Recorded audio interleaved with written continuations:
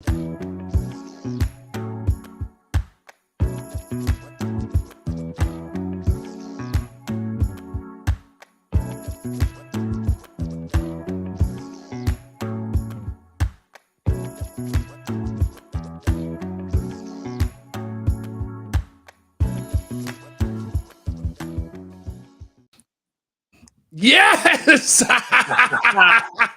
Welcome.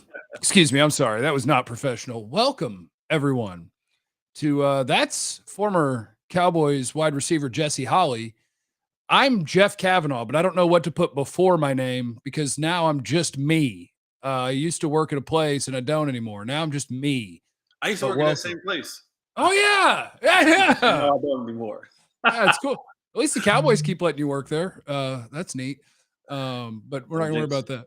No, don't worry about that. No, Jason for me. Welcome to a weekly Cowboys show with the great Jesse Holley and the slightly above average Jeff Cavanaugh. This thing is going to air live on my YouTube page, Twitch, Facebook, and then later you can find it on Apple Podcasts, Spotify, Bleav.com, BLEAV, and we party. So hi, Jesse. I love it because Jesse Holley is one of the dudes that I love working with.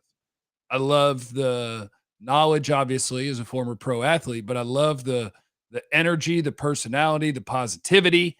I love me some Jesse Holley, so I'm excited to do this. No, and I'm here because I love me some Jeff Cavanaugh. When you called me, I was just like, it's a no-brainer. Let's do it. Like let's make this thing happen. I don't need a bunch of details. I don't need a litany of questions and concerns. Where do we show up? How do we get this thing done? And let's freaking do it, man. All right. So on today's show, we'll talk about a few different things. Cowboys draft. What's up, bro? Sorry. Cowboys draft. Oh, it's KG's in the building. We love when KG's in the building. Can we just give shout outs like as we see them sometimes? Well, the good news is that we own this. So we can do whatever we want. Like Bleav is cool. I've partnered with Bleav because what they do is they help you with advertising. They'll get us artwork to put behind us and stuff like that and make little shorts that we can tweet out. Like they do back end things. We nice. own it. Shout out to Mazith in the super chat. He loves him some Jesse Holley. And he said, how about those Mavs? You damn right. How about those Mavs? I got to say though, before we even really get started, like the people love you. No, the people, and there was one comment in particular that really sent it over the top. And I don't remember who it actually was.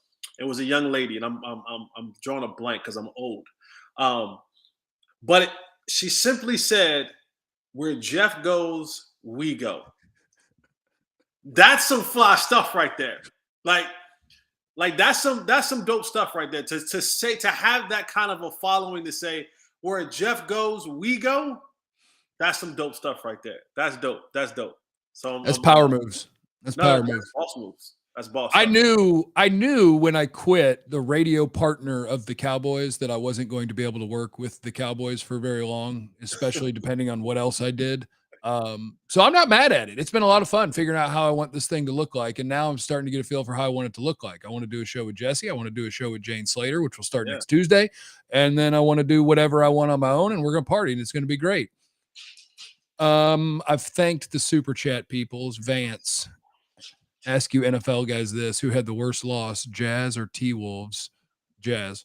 And just so you guys know, I know that this is a Cowboy segment, but my favorite sport in the world is basketball. That is my favorite sport in the world.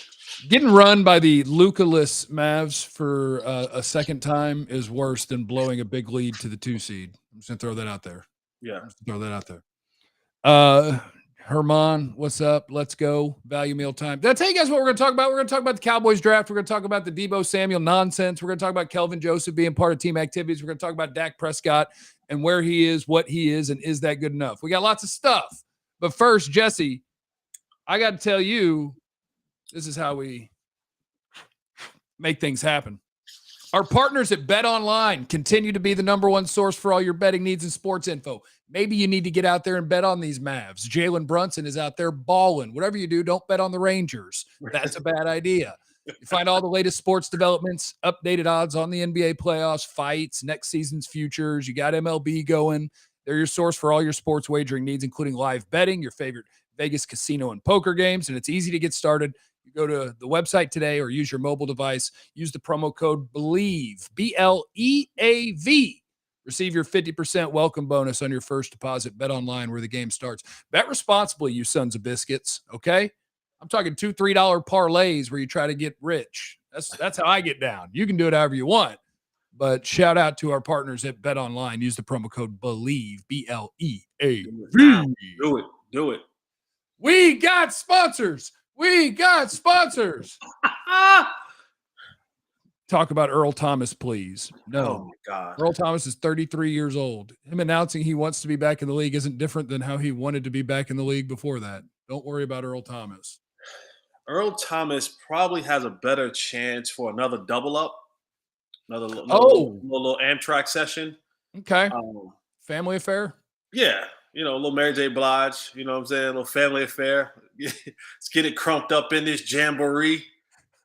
Earl Thomas has a better chance at one of those with the Kardashian sisters than he does probably getting back on an NFL team.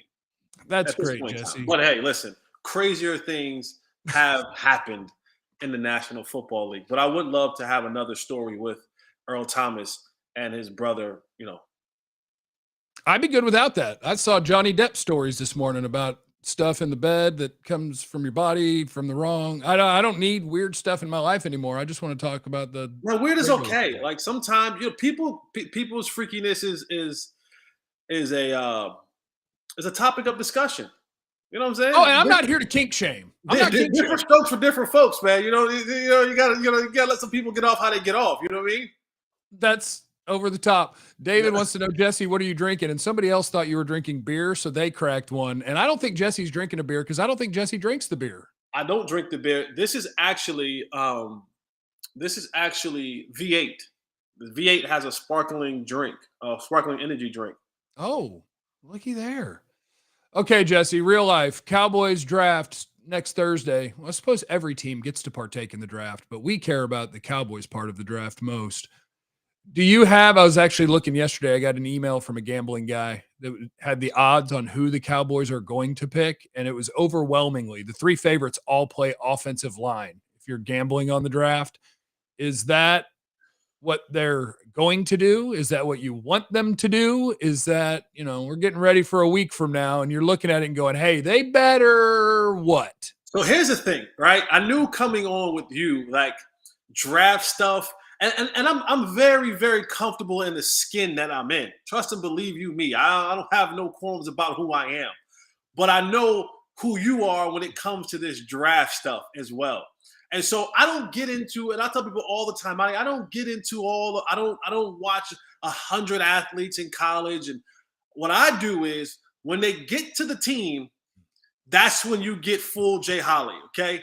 But what I do know this football team needs, and it is without a shadow of a doubt, and I don't care how football will be played 100 years ago and 100 years in the future.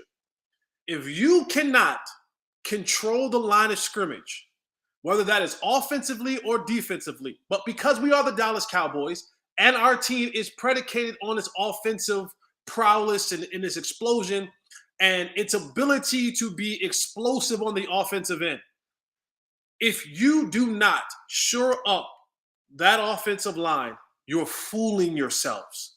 You are setting yourselves up for total. And I get best available guy, BAA, whatever you want to say it is. I get receiver, I get playmakers. None of that matters. None of that matters if you're not able to take that offensive line and shore that thing up to give your quarterback, who I believe mentally is one of the strongest human beings on the face of this planet, from all the stuff that he's had to endure and handle and still be able to come out and play this game of football. But there's a difference between your humanity, mental ability, and your football mental ability. And if he is still shaken by the effects of not having a solid offensive line, then you're not going to be. And then the other thing is that offensively, your running back, your starting running back, another year older, he's not explosive. And I know how you feel about running backs. You've lessened your wide receiver core. You sit one in Cleveland, one is in Miami, one is coming off of a catastrophic injury, and he'll miss the first couple of games of the season.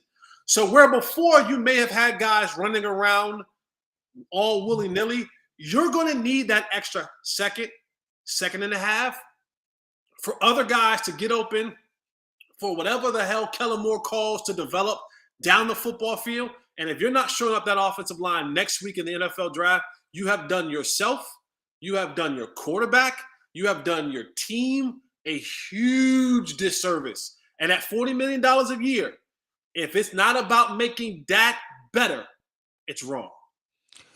Yeah, and I think that's probably why when I was looking at it, like the three favorites for the Cowboys pick are Kenyon Green, the offensive guard out of Texas A&M, Zion Johnson, the guard out of Boston College. It's the two best guards in the draft, and Tyler Linderbaum, the center out of Iowa, who's an absolute stud. Even though I hadn't heard anything about the Cowboys being interested in him, they should be, because he's an absolute stud. And yeah, I think that'll definitely be a part of the plan. And if I had to pick who they're going to pick in the first round, I would say they're going to pick a guard, a guy that's going to be their starting left guard. And like you went through the list of all the guys that are now gone. And I think the other thing they have to take, and fairly early, is they have to draft a wide receiver that's better than a current starter on their team. I think they have to. Now, like, I don't want to hate on James Washington. It's not my intent. But he's now been in the league through an entire contract, and his track record doesn't tell us like, oh, you're going to feel great about him being a starting wide receiver. So I think they're looking for an upgrade there too, which is wild to me. The odds were like not a single wide receiver listed, even though on their 30 visit list, the Cowboys have 3 first-round wide receivers on that list. I think it was Traylon Burks, Drake London, Chris Olave or something, but they got 3 wide receivers on there, and the betting people aren't even considering it. Here's where we have our first fight. Okay, ready? Here we go. And maybe it's not a first fight. No, you want some of this? Come get some. Guard your grill and knuckle up. You know what I'm saying? Hold on. Let me play the TikTok rant music for you. You hear it? I don't know if it's playing. If you're telling me that the Cowboys have to, in some way, shape, or form, entertain a receiver in the draft that's better than the starting one that they have, and I'm talking about CeeDee Lamb. Oh, no, not him. No. Okay. All right. No. I'm sorry. Let me rephrase. You play with 3 wide receivers. Okay. They need to draft one who's better than James Washington. Oh, okay, good. Because I was saying, if we're saying we got to get one better than 88, then you've grossly mismanaged and misevaluated that player. No, I think what's happening with CeeDee right now is, and this is sports. Like in sports, you get opinions and you want people to be right and wrong, and oh, you screwed this up, and oh, he's not good enough. Like there's a contingent of people who think that the CeeDee Lamb pick hasn't been good so far, or maybe hasn't been great. And that's not his fault. That's Justin Jefferson's damn fault for going bonkers in Minnesota. Like CeeDee Lamb in 2 years in the NFL has 2,000 yards. He had 1,100 yards last year and 7 touchdowns. Like he's on pace to be really, really, really good. I got no problems with CeeDee Lamb at this point. I just also see a team that like we can fix the line, and maybe that's enough. If you have a good quarterback and a good line, you should be able to make it work in the passing game. But I want to kick ass. I don't want to make it work. So let's say, and I don't want this to happen, but this is what I've been using, is you're in the second to last preseason game and CeeDee Lamb tweaks a hammy. You know, he's going to miss 3-4 games, maybe. Michael Gallup ain't going to start the year either. Mm-hmm. So right now your receiving core is James Washington, Noah Brown, and Simi Fehoko, who they think might be a tight end instead of a wide receiver. It's like the wide receiver is going to be in play, and it's going to be in play early. Right. I believe that. And then there's other positions. I think Dalton Schultz, I hadn't heard a peep about them trying to get anything long-term done, which means they're going to try to find his next replacement probably in this draft. Linebacker or defensive end, because Micah Parsons makes it so you can go either direction because he can just fill in the gap wherever you want him to. But I'm looking forward to it. Next week, we'll do the NFL draft. Now, next topic of conversation, I can't do this one. This one is you. This one is you. Second round pick from a year ago, Kelvin Joseph is taking part in team activities.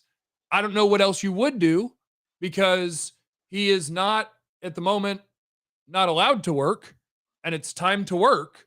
So you go to work unless you're as a team just going to immediately cut him for being around trouble. But first of all, I want your opinion on, is that the right thing to do? And second, I want you to pretend you play corner and you show up to the team activities. Like, to me, it's just weird. Right. What is your first interaction? Like, is it just, hey, KJ? Or is it like, so, you're in a car with somebody who killed somebody last month, huh? Like, hey, man, what's up? Like, I can't picture how the interaction goes with that teammate. I don't know. My thing is, who cracks the first joke, right? There has to be a joke. Like there has to be a joke in there somewhere that goes along the lines of, don't piss Kelvin off. Can I catch a ride with you or something? Like there has to be something in there that who cracks the first joke. Like that's what I want to know first. And how does KJ respond to that, right? But to me, the Cowboys have been a team that has, for years, and this goes way, I'm talking about, we can go back to the early 90s. Like the Cowboys had a team with Nate Newton, had a team with Michael Irvin, had a team with some dudes, right? Like some dudes who've done some stuff. Now, thank God, maybe not thank God, I wish it kind of was social media back in that time to kind of really No, you don't, because they would have won 0 Super Bowls. Yeah. I mean, but when you look at the optics of it, right?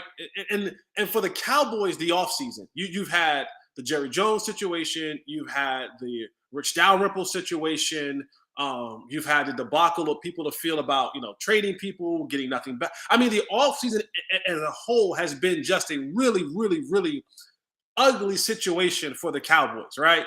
And then to kind of add the cherry on top, right before you get the team activities, you have a situation where a really high draft pick for you a year ago and someone who you hope to keep on your team, I'm assuming long-term, was literally involved in some way, shape, or form in a murder. Yeah. And it's almost, and this is the world of sports. This is the world that we work in. This is the world that we live in. And when it comes to sports, that you can go from being a part or having something, in however you want to put it, in a homicide, in a murder, 1 month, and be back doing your normal, regular job as if nothing happened. And I know people are going to say, he wasn't involved. You were in a car, your car, with you. I've been around enough dudes in my life. I know who the shooters are. Okay, I know who carries the guns. I know who have the short tempers. And I think about this situation. I think about the fight, the walk or slight brisk jog to the car, the starting of the car, the loading of a gun, the turning of the car, the window coming down. Direction. Like there was enough time in this whole thing for it to happen, and it's just. My biggest thing with the Cowboys is that who am I to say what's bad, what's good? It looks bad. It looks really, really, really bad. It looks bad in this, and people are going to say, I get it. Oh, well, the cops let him go. The investigation is still pending. There is still a pending investigation on what's happening right now. And I just think until everything is cleared up, I think this is a situation where you kind of want to have certain people and guys away from your facility until it all gets figured out before you just, because it looks like you don't have any type of compassion, right? Because it's like, oh, ho hum, right back to work we go. And who cares if a kid got killed? And some people are saying, about the Sam Hurd situation, right? Like, first of all, no one knew Sam Hurd was doing that. I can tell you as a person who was really good friends with Sam Hurd. I can tell you as a person who actually talked to one of the detectives who was putting on the case for Sam Hurd. I was on a plane with Sam Hurd going to South Florida, a private plane to do a function. We had no clue. And the only reason they did not arrest Sam Hurd, and if you're in the, I'm sorry, I'm diverting, right? But if you're in the NFL, you all have your Louis Vuitton carry-on bags. And we were going down south to Harlingen or Brownsville or somewhere down there where we were getting paid a ton of money to come play basketball for charity, to come play golf for charity. Little did I know that the same time that Sam Hurd was meeting with Poppy and them. I didn't know that. I didn't know that the bag that he brought was full of cash. And I didn't know the bag that he brought back was full of marijuana. No one knew this. No one knew that Sam Hurd was making $1 million a month selling marijuana. Nobody. I was one of his closest friends, and you could not tell by the way he dressed. You could not tell by what he drew. Sam Hurd, when Sam Hurd got arrested, he was still driving his college SUV. And this is a guy who had been in the league for 6 years. It was making. That's the kind of guy that shouldn't have got caught, you know? Right. But he wasn't flashing it or anything. He got greedy. But anyway, I say all that to say the Sam Hurd situation is way different than this situation, because as soon as Sam Hurd got caught, he actually went to jail and went to prison. Like, that's not – Sam Hurd didn't get caught, and then the next day he come back to the team facility to do this thing. Oh, and he was just selling stuff that people want. Like, I don't care. That's not the same as – and then whatever. It's illegal. It's illegal. You go to jail. You go to prison. But, like, there is no moral debate about somebody getting shot and dying. Right. I just think it's a bad look right now for the Cowboys. And what are you saying to the rest of your team? Right? What message do you send to the rest of your team? You're selling. I'm saying if I'm Jesse Holley and I'm in the locker room and I'm saying, okay, so it's okay, even though I may not have pulled the trigger, but for me to be around these people, and this wasn't the first time Kelvin was around these people. These are his boys. So they've been around the facilities. They've been at the games. They've been in the players' family lounge after the games. They've probably been at functions and parties and around other people and so on and so forth. And so you send a bad message to the rest of your football team that says, hey, you can go and do whatever the hell you want. And if you're a high enough draft pick or a good enough player, you're good. And that's life, right? I guess. I mean, that's sales. That's sports. That's who's the dude in New York that went to prison that was a broadcaster? He came out of prison and jumped right back on the air. Like, it's just for doing the tickets, Carson, right? Yeah, Carton. Yeah. Is it Carton? Yeah. Whatever. But I mean, that's like, because that's part of your job. If you're the guy who's running the team, is like, okay, guys, do we want to make a ethical or moral stand, or try to endear ourselves to the fan base by distancing and saying, you know what, this guy's cut, knowing that if he is not legally responsible for anything that happened and he's not going to be in trouble, somebody's going to pick him up for free. We used a second round pick. Maybe we'll play him twice a year. It's such a weird thing, because you want to be like, all right, I want my team to do what I think is right. And then your team goes 2-15 and you're like, my team sucks. Maybe they should get a little different. But that's the nature of, talent versus tolerance, right? It's as long as you're talented enough, we'll tolerate just about anything, But the thing is, Jeff, he's gonna get suspended by the league, right? Like, that's gonna happen. I would think, because like, to what you were talking about, where it's like you I forgot the reference point, but like he lived his life for a month, announced a jersey number change, did all these different things until a still photo with his necklace was pretty clear. And then it was like, I guess I'm going to have to mention this. And like 2 days later, he was tweeting about where to get crawfish. Like that's different. I don't know. I mean, I don't know. It's hungry. I mean, murderers get hungry. Yeah. Well, the bad part is that I responded to it. I was like, well, you want to go to Rex's Seafood? And Hellman jumped in, was like, we're having a boil pretty soon if you want to come over. So like 2 days after that happened, we're inviting him to the crawfish boil. Yeah. It happened in real life. Yeah. Now, guess what? Guess who he would have showed up with 2 days after that? The same dudes The same dudes who just put somebody down in a parking lot in Lower Greenville would have shown up to your crib with an appetite. Yeah, I need to be careful. I need to stop being reckless. Thank you, Rick, for the contribution in the super chat. Thank you, Clear Vision, in the super chat. We appreciate you guys. And now, Father Time said Holly's helping Hands and J-Cavs. It's unfortunate what happened with Boss Man, but can't parade him around the stars if nothing happened. This isn't like Josh Brent's situation, praying for the family of the young man. And that's the thing. Maybe you can. That's what I don't. It's weird to me that to this point, there's nothing that he did that is considered an arrestable offense, where it's like, wait, you can be a witness to something like that, and for a month just be like, do, and then they're like, oh crap, we have a picture of you, and you're like, fine, I'll talk to you. It was them. What? Somehow nothing in there is arrestable, and I'm not a lawyer, so whatever. I don't know. It's not very yet. strange. Not yet. But you can bet your bottom dollar that family's going to be like, hey, rich guy with the cowboy uniform on, we got this civil lawsuit that's on the way. That you'll have to appear in court for, and while you may not be, the reason the guy who pulled the trigger, we're gonna tap your pockets a little bit.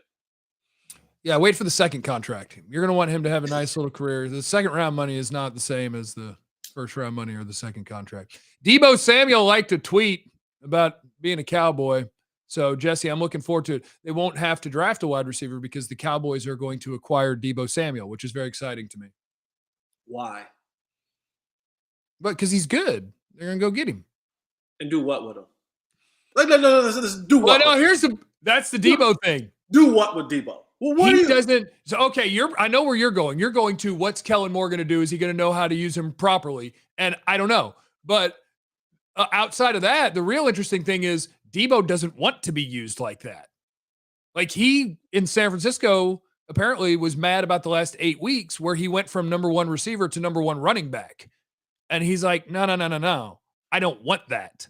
I want to play receiver. So that's going to be real interesting, is that whoever wants to trade for him is going to want to trade for him because of how unique he is. And he's like, right, I don't want to be that guy. I didn't sign up to go up the A gap 12 times a week. I signed up to be out there. But yeah, it's fair that they may not use him in the best way. But I don't think Kellen Moore is a dummy. I really don't. I think the whole thing fell apart because Dak strained his calf. I think the whole thing fell apart from there. 6 weeks into the season, we didn't have a problem with the offensive line. 6 weeks into the season, you had one of the best offenses in football, and we were all really excited about going to win the Super Bowl. And then Dak strained the calf, which compound that with the ankle, and he was never the same when he came back. They forgot how to block. Like, everything fell apart, but it fell apart from that one clear spot. So that, I think, for Cowboy fans, at least for me, is the hope that you're not going to be better on paper without Amari Cooper, Lyle Collins, on and on and on and on. But you can be better on the football field if your quarterback's back to what he was. That can be good. We'll get into the Dak Prescott conversation. But as far as like Deebo Samuels, right? Like he's a very unique player. There aren't many players across the league. A guy like, there was a guy, Percy Harvin, right? Like Percy Harvin was he was a dog. Like he was a straight up dog. I mean, there was nothing. He could punt return. He can kick return. He can running back. He can slot. Percy Harvin was an absolute dog. And he could cuss you out too. But he was one of those guys. And I think Deebo falls in that same line of players who are just absolutely dynamic. And it takes a special kind of coach to understand that dog. Because it's one thing, like let's use dog references, right? We're dog owners. Let's use dog references. There's certain. I get you snuck that in there. Hey, Mamba, where's Mamba at? He's asleep. But there are certain dogs, right?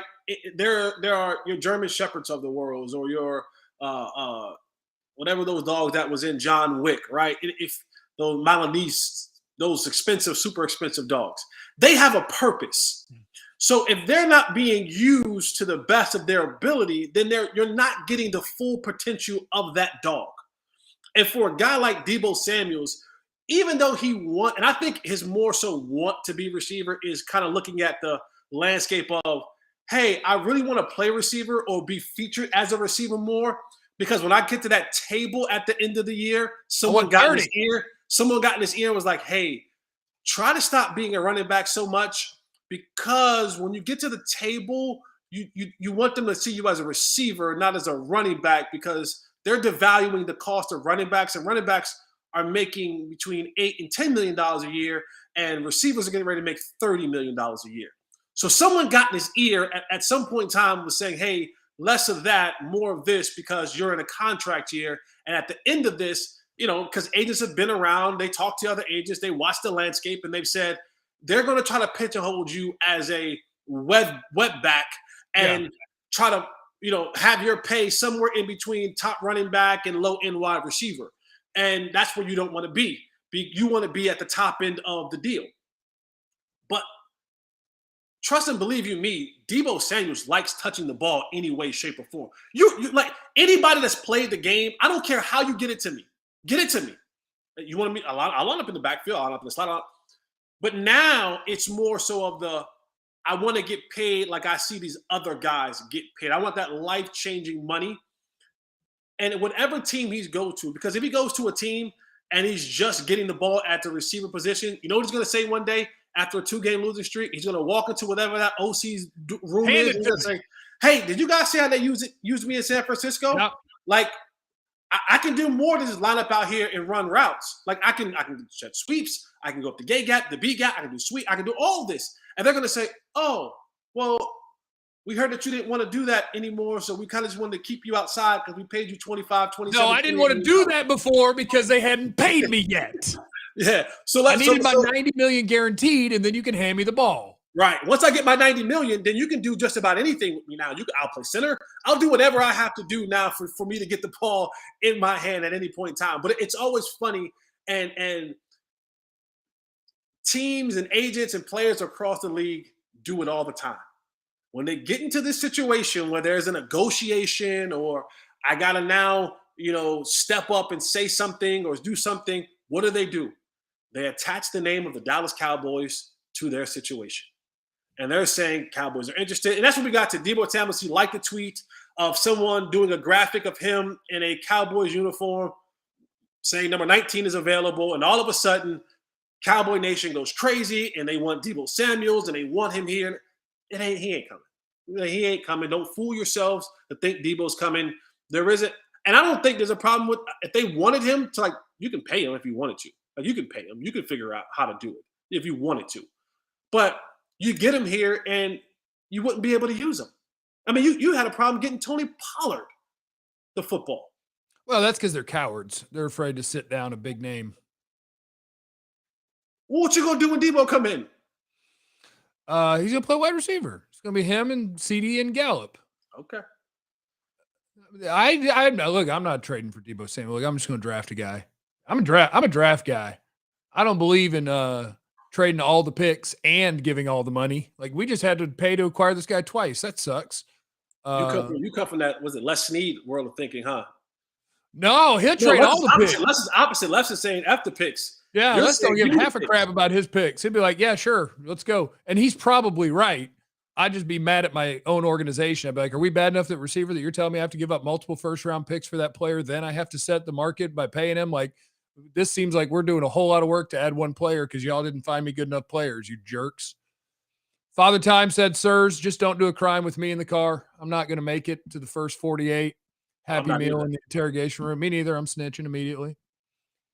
And that's another thing. Like people who wouldn't bust a grape in a fruit fight all of a sudden now get on social media and they want to tell me about snitching and what's cool about snitching, what's not cool about snitching. Shut the hell up. Because I'm telling you right now, when you go into that office and the DA's in there, the detective's in there, and they're saying, hey, listen, there's a murder, there's a homicide, and it's 25 years to life. What do you know? I know all of it, sir. I'm giving names, numbers, social security. I'm giving tattoos, birthmarks, what you like to eat, what your mother liked to eat.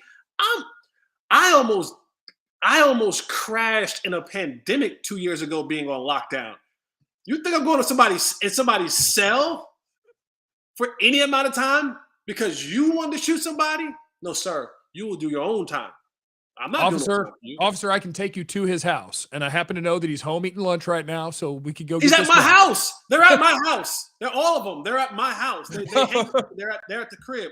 And if you guys go now, then I'll meet you there. Like if you can just go now and I'll come like I never knew you guys run away. Father Time said, we're all friends here. Does Dak Prescott need a more experienced offensive coordinator? Okay, quick Dak conversation, because last year got kind of squirrely on you where it started great. It didn't end great. That's probably the worst slump of his career, where like 5 out of 6 games were not good games by the Cowboys quarterback. Calf strain plus ankle injury. Is Dak getting better? Is Dak where he's going to be? If Dak is where he's going to be, how long until you're looking for a guy? The clock starts now. Let's cut the crap, right? The clock starts now. Dak is entering year 7. You don't, Jeff. You don't change. Well, this is the quarterback prime. The quarterback prime usually starts years 5, 6. So like he's in it. He should be in. This is as good as he's going to be. All right, so we're at the ceiling right here, right? Like we're knocking our head at the ceiling. I think you and I are going to be aligned here, where I think that the ceiling starts like the best version of Dak ever has to start week 1 this year, because I know why I didn't get it last year. I know, because it was season-ending injury, then hurting the same calf, and then it went bad. This is the prime of your career starting week 1. And you have less weapons than you did a year ago. It's the prime of your career. And now this is and again, if you're paying a guy $40 million, right? This is, you want to be in that conversation, that tier with those other guys, right? With those other names who will wear a yellow jacket one day. Those guys, Rodgers and Brady and Mahomes. You want to be in that tier. This is the moment where the $40 million dude has to do $40 million things. Like you now have, and I don't know how much Dak Prescott can elevate an entire offense around him. We've seen when the offensive line is good, running is good, receivers are good, he's really, really good. And when they aren't, he can sometimes be pedestrian. So I'm in between a point of, we've seen when he is really, really good. We've seen when he is really, really, really bad. In year 7, which one are we closer to teetering on? Because when you look at it, the road to the Super Bowl still is either going to go through Tampa, Green Bay, LA, San Francisco, Rams. Oh, and the Rams, right? So one of those 4 teams, or 2 out of those 4 teams, you're going to have to beat to get to the Super Bowl. Is Dak Prescott, from what we know today, and we'll see more when OTA stuff like that get here, minicamp and training camp, and this is early, and we'll have many more conversations. But what you know today, is he good enough today to overcome anything that has to be as outside of an injury to get him over the hump to beat 2 of those 4 teams on the road to the Super Bowl? Because nothing else matters, Jeff. No regular season matters. You're going to get 6 wins in the division. I don't care about regular season at this point in time. We're done with that. Like, we are done with regular season. I don't want to hear about anything regular season. What offense you were in the regular season, what defense you were in the regular season, what numbers you put up in the regular season. None of that matters to me anymore. What matters to me now with this quarterback and this football team is, can you overcome the hump in the playoffs? You got bullied last year by a 49ers team. Bullied in your own stadium. Is Dak that dude that's going to be able to give you what you need to get to the Super Bowl? See, and my answer to that is I think so, but I can't prove it. Oh my God. I think so, but I can't prove it. Like, Dak's better than Jimmy Garoppolo, and Jimmy Garoppolo got to win that football game. Dak, for over the course of his career, is a better quarterback. Jimmy Garoppolo tried to give us the football game. Yeah. But that's why I'm saying I believe so, but I can't prove it, because I needed him to not strain his calf, and he might have proved it. So, like, I'm not far away from you. Dak's a top 10 quarterback, and if you have a top 10 quarterback, you're probably not looking for a quarterback. You're probably just going to keep your quarterback and hope that you can make it work. But a top 10 quarterback, like, we throw that around a lot, right? Top 10 quarterback. The number 10 quarterback doesn't necessarily always go to the Super Bowl, right? Like, oh, for sure. And most of them like won't. you can say like, and it looks good and it sounds good. We have a top 10 this and we have a top 10 that. I don't care. Is he going to be good enough? Is he going to be top one-ish when it comes time to play the rest of the quarterbacks that are above him? No, like I don't think he's going to necessarily outplay Aaron Rodgers or Pat Mahomes in a Super Bowl or an NFC title game. No. But does that mean that you're going to go suck for a long time until you find your Pat Mahomes? It might take 30 years. Like you're going to try to build around your good quarterback and figure out how to beat those teams. Aaron Rodgers went home. Dak went home. Jimmy Garoppolo got to keep playing. Matt Stafford got to keep playing. Like that is the hard part, is that I know that a lot of people feel that way, where it's like, look, none of this crap matters. Can you win the Super Bowl? The answer for almost everyone is no. No. Right. The odds are we ain't gonna win the Super Bowl. Right. That's the odds. 31 of them are losing. And you want to be number one. And if you want to be number one, it sure does help to have the best quarterback in football, or one of the 2 or 3 best quarterbacks in football. And if you subscribe to the belief that if I don't have one of the 3 to 5 best quarterbacks, then I'm just going to keep looking. I can dig that. I think I'm too big of a P word to do that. I think I'm like, man, I've got a really good quarterback. Let's try to make this work. I don't want to be 5-12. I don't want to. Get me in the hunt. Let's go try. But what more do you like? These Cowboy rosters, Jeff, have been laced for years. For years, these Cowboys rosters have been. I mean, at one point in time, you had the legit best offensive line in the National Football League. Oh, yeah. But listen, Jesse, people don't want to hear my opinion on this, because my opinion is stuff happens and that's bad luck. Like, I think Tony Romo had at least 2 teams that were good enough to win the Super Bowl. And I think Tony Romo was a good enough quarterback to win a Super Bowl. Didn't. I think Dak in his career has already had 2 teams that were good enough to win a Super Bowl. And I think Dak Prescott is good enough to win a Super Bowl, but they haven't. And so I can't win an argument, but my argument is just stuff happens. It's super hard. You've had teams that were good enough. You've had quarterbacks that were good enough, and you haven't. So if you want to turn that into something's wrong here, or here, I can't beat you in a debate. I just say it's hard, and it sucks that your team hasn't been the one that played a little bit better against San Francisco. I'm sorry that DeMarco Murray fumbled. I'm sorry Romo couldn't hold on to a field goal snap. I'm sorry that Patrick Creighton dropped the football. I'm sorry Miles Austin lost one in the lights. I'm sorry that Aaron Rodgers is Aaron Rodgers and made the play that he made at the end of a game. And it's like, it sucks. On the back half. Huh? You mean on the one he had one leg? Oh no, that was the other game. That was the other one. The side. Oh yeah. Yeah. No, you're right. Dak is not Aaron Rodgers. I concede. Aaron Rodgers is a freak show. And that's the thing about Dak. That's why Dak has to be healthy. Aaron Rodgers doesn't. Because Dak does not have this. Aaron Rodgers has a golden right arm. I don't Dak's arm is fine. Like, on camera a lot. Like that shit. Like Dak's arm is fine. Dak's athleticism is fine. And if you are fine at those things, you better be a badass up here. Because he can't throw it like Aaron Rodgers throws it. He can't move around like Pat Mahomes moves. Like, so you have to be a badass up here. And see, I think that's where the regression has taken place. Honestly. Yeah, I think the second half of the year, he was just off, totally off in terms of, wait, you guys can't protect me against a 4-man rush? Holy crap, they're dropping 7 guys in coverage. This isn't good. Oh, I don't want to take off running either, because I remember what happens if I do that. That hurts. Like, yeah, I think Dak has to take an off season to be like, okay, forget all that crap. Feel good. Be confident. Go play. He has that to prove, because he was mind bleeped. Oh, 100%. 100%. My guy was mind bleeped. That's a tough break.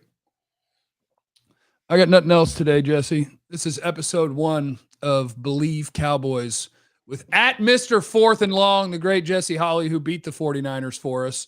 Some Cowboy teams can't beat the 49ers. They didn't bully me. No. Jesse could beat the 49ers. He did it. Although he did run out of juice at about the 20. 100%. About the 15, 20. What a terrible. Sure. Were you not finishing plays in practice? Like when you realized you had to, how far did you have to go if you were going to score like 70? 70. I need to get 78. I need to get 78. So far. You know this, Jeff. Like, when you take off running, how long you have at top speed. Yeah, and that peters out somewhere around 35 to 40. And now you're just trying to hold on. And I'm thinking to myself, okay, we're at top speed, bro. But one or two things are going to have to happen.